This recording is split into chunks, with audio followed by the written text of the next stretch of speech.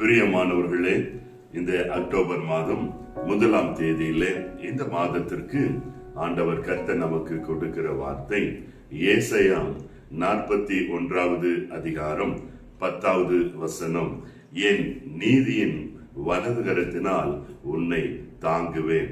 எனக்கு அன்பானவர்களே, நீங்க இப்ப போய்கொண்டிருக்கிற ஒரு சூழ்நிலை, அது பாடுகள் மத்தியில இருக்கலாம், ஏதோ ஒரு பலவீனம் வியாதிகள் மத்தியில இருக்கலாம், நீங்க கடந்து போய்கொண்டிருக்கிற ஏதோ ஒரு போராட்டத்தின் நிமித்தம் தாங்க முடியாத வேதனையோடு கூட இருக்கலாம்.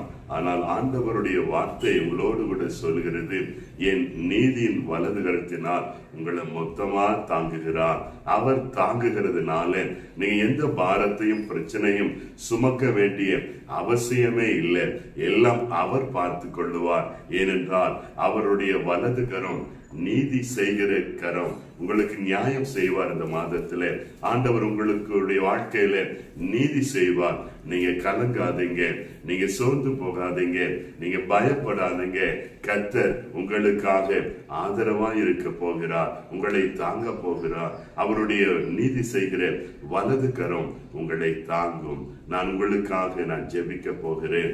அன்புள்ள இயேசுவே, இந்த மாதத்துல இதை கேட்டுக்கொண்டிருக்கிற எனக்கு அன்பானவர்கள் ஒவ்வொருடைய வாழ்க்கையிலும் நீர் நீதி செய்து அவர்களை நீதி செய்கிற வலது கரத்தினால் தாங்கி தப்புவித்து விடுவித்து ஆசீர்வதியும். இயேசுவின் நாமத்தில் ஜெபிக்கிறோம் எங்கள் ஜீவனுள்ள நல்ல பிதாவே. ஆமென்.